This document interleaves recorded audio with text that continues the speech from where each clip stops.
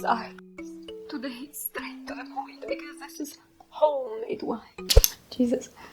Let's do this. So, Angelina is a jazz legend in the making, and her tone is 1 in a million, and it's been that way since she was a baby. Oh, my heart is raised every step that We know that. But some of the die-hard fans go as far and say that, oh my god, she's gonna kill it on Billboard, you'll see. Well, that's why I tend to disagree, because when is the last time that you've heard a jazz song in the Billboard Top 100?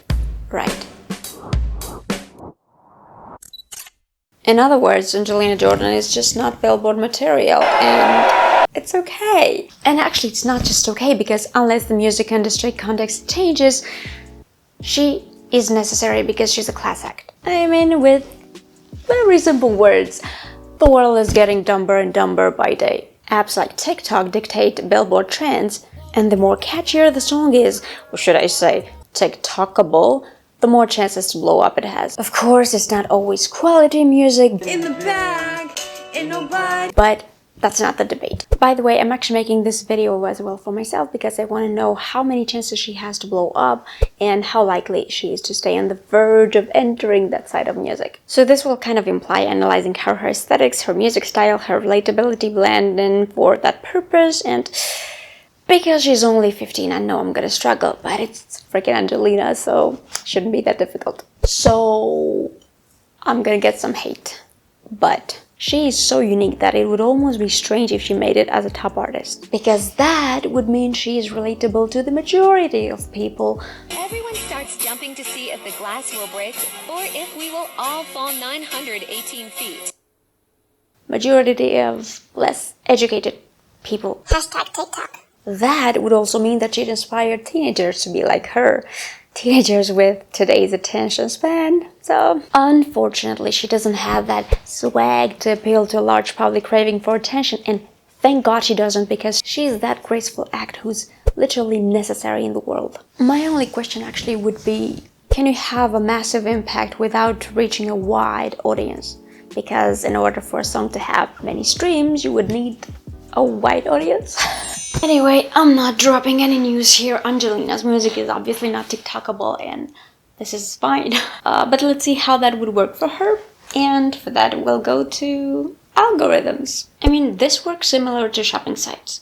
People who bought this chair also bought this table. So, although some people might listen to Angelina if brought to her music, if they don't normally listen to jazz, the algorithm is much less likely to get to them. And it's not because COVID took their taste and their history is full of crap, it's just how algorithm works. Which is kind of why I was super happy actually that when I looked into her, I realized that her team is handling this perfectly. Because first, let's look at the structure of her main social media platform, YouTube. Pop songs to covers attracts views. Okay, good.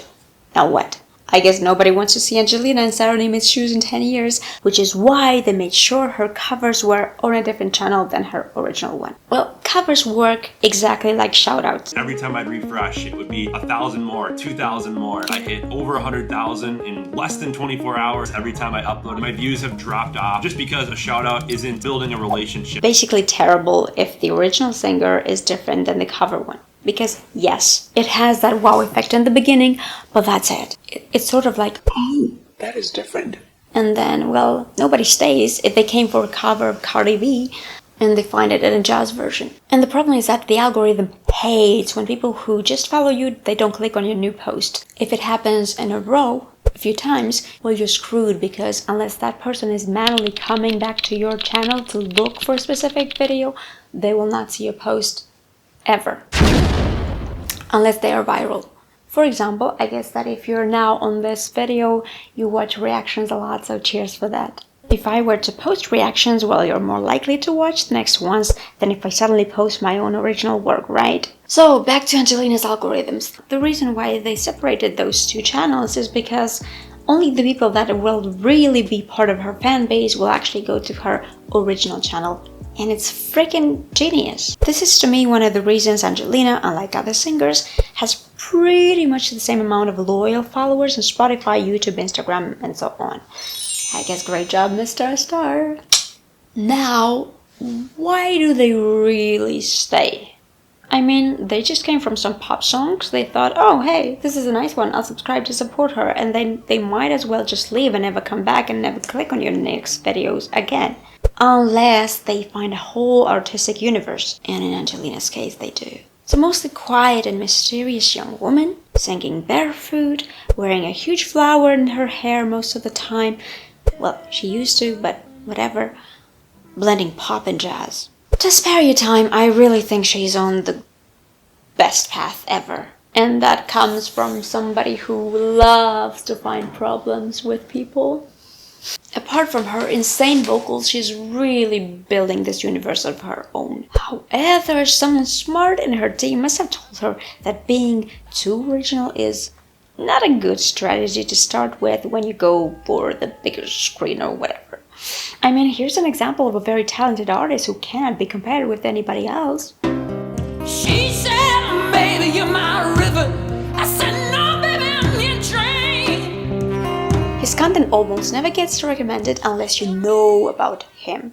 I mean, I know it sounds strange, but people love to say, be yourself.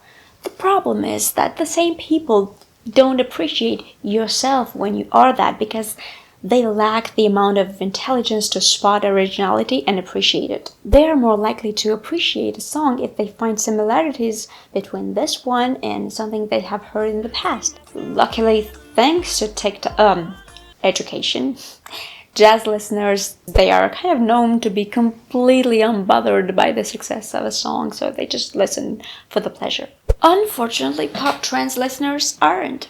So this is why recycling Amy Winehouse through Seven Heaven was genius, because it reminds pop outsiders.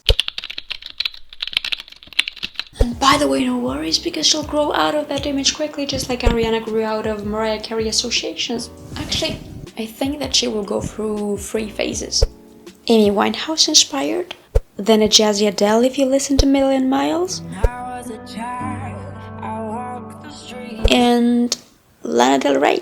Last time, 'cause you and I. Anyway, what are your thoughts on this?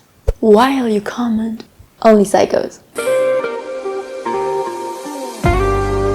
Oh, introduction.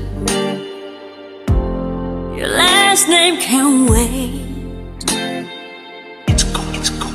They're playing truth or dare. Open that the day reveals a hidden truth.